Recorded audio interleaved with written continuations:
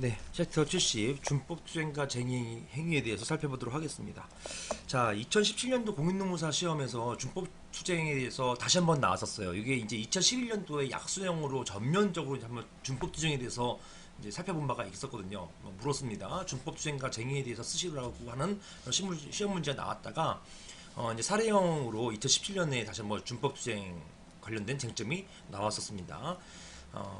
그래서 이제 그 여기 있는 서브 나와 있는 이 정도만 여기 쓰셔도 뭐 사례형으로 쓰기에는 뭐 차고 넘치죠. 이것만 잘 정리하셨던 분들은 잘 쓰시고 돌아오셨을 것으로 생각됩니다. 자, 준법투쟁 관련해서는요. 준법투쟁은 근로자들이 그들의 주장 관철하기 위해서 노동관계 법령을 엄격히 준수하거나 법률에 정한 근로자의 권리를 동시에 집단적으로 행사함으로써 사용자의 업무를 저해하는 행위를 말한다. 자, 원래 제가 그 준법투쟁 개념 안에 사용자 업무를 저해하는 행위를 집어넣었어요. 원래 준법투쟁은 사용자 업무를 저해하는 행위 자체는 아니었어요. 그런데 판례가 이렇게 준법투쟁도 사용자의 업무를 저해하는 행위로서 쟁의 행위에 포함된다라고 했기 때문에 이런 그 의의 자체도 이렇게 쟁의 행위 안에 포함되는 쟁의 개념 속에 들여왔습니다.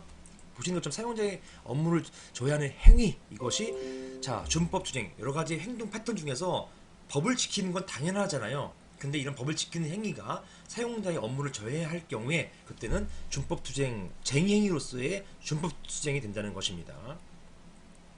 자, 이것이 쟁의행위인지 여부에 대해서 판례가 있어요.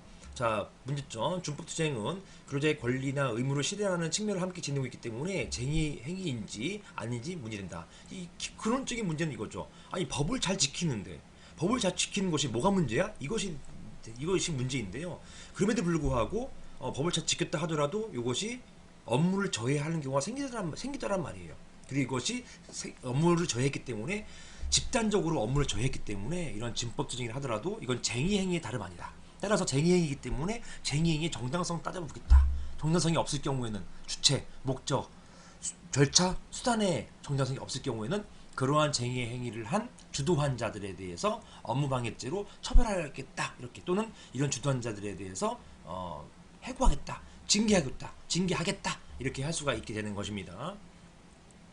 판례는요. 원고가 진성 레미콘에서 근무하다가 위협한 쟁의행위 하였다는 이유로 징계를 당했습니다.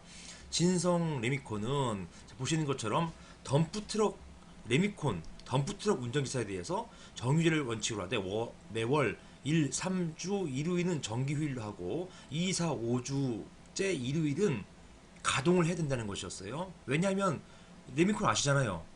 안에 시멘트 넣고 물 부어가지고 계속 돌려야지만 안 굳거든요. 그래도 조금씩 굳는다고 하더라고요. 따라서 이건 계속 가동해야 돼요. 그래서 차로 가면서도 계속 돌아가지 않습니까? 레미콘은 계속 돌아가잖아요. 따라서 돌아가는 것 마찬가지로 근무도 계속 해야 된단 말입니다.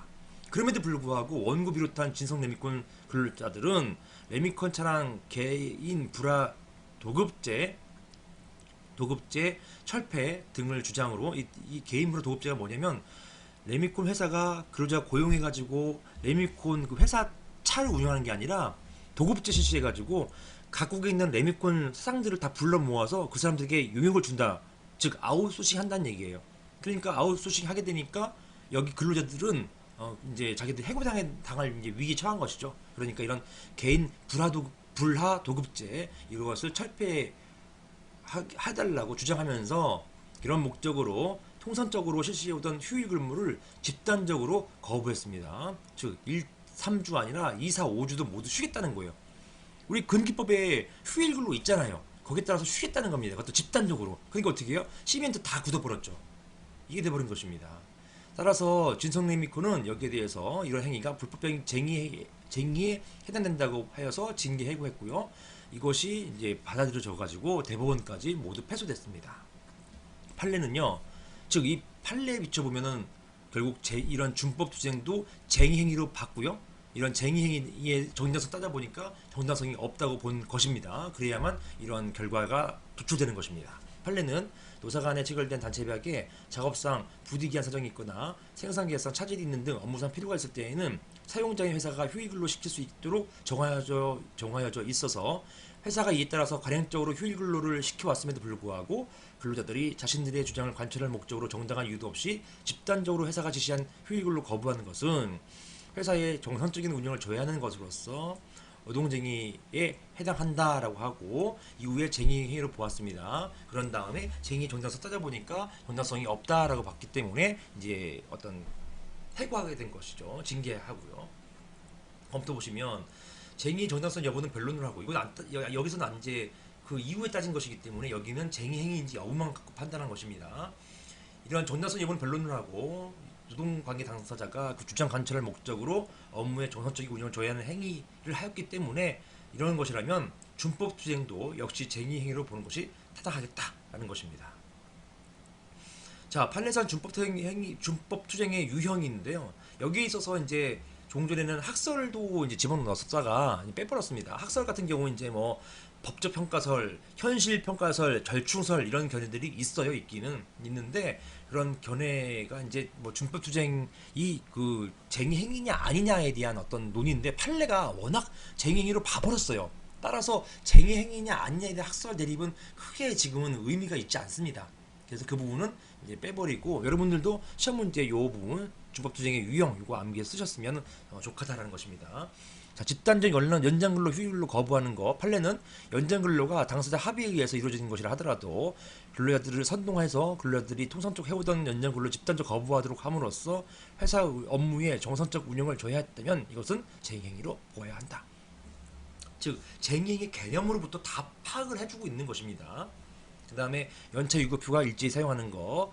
자, 노조원 307명 중 181명 이런 사람들이 일제히 월차 휴가 사용했다는 것이에요. 집단적 월차 휴가는 형식적으로 월차 휴가권을 행사하는 것이었다 하더라도, 즉 적법하였다 하더라도 사용자 측 업무의 정상적 운영을 저해하려는 행위였고 그들의 주장 관철할 목적으로 하는 것이기 때문에 실질은 뭐다? 쟁의행위에 해당한다. 이렇게 보았던 것입니다. 다음 안전보건법규, 취업규칙, 단협규정 철저히 준수하는 거, 준법투쟁, 당시 관행화되어 있던 과속 또는 부당요금징수, 합승행위 등 불법행 운영을 중지를 주도해서 시행하면서 그 준법 운행 사항 외에 수익금의 상한선까지 손해를 입히고 일부 종합원들이 이에 맞춰서 파행적 운행까지 하게 된 경우 이게 지하철 노조 사례예요. 이런 노동쟁의 조정법 수정의 쟁의행위는 이것은 죄송합니다. 이런 행위, 준법 투쟁이죠. 이런 준법 투쟁, 준법 운행, 이것은 쟁의 행위에 해당한다. 따라서 쟁의 행위의 정당성을 따져보겠다. 쟁의의 정당성이 있으면 뭐 그거는 무죄 또는 뭐 징계도 안 되는 것이지만 정당성이 없다. 이럴 경우에는 이건 유죄이고 업무방해죄이죠. 그리고 징계도 하겠다라는 것입니다. 이런 쟁의 행위 정당성이 따져주기 위해서는 근본적으로 쟁의 행위여야만 되는 거잖아요. 쟁의 행위여야만 되기 때문에 준법 투쟁이 과연 쟁의 행위인지 여부가 문제되었던 것입니다. 이렇게 봐서 여기까지 자 보겠습니다.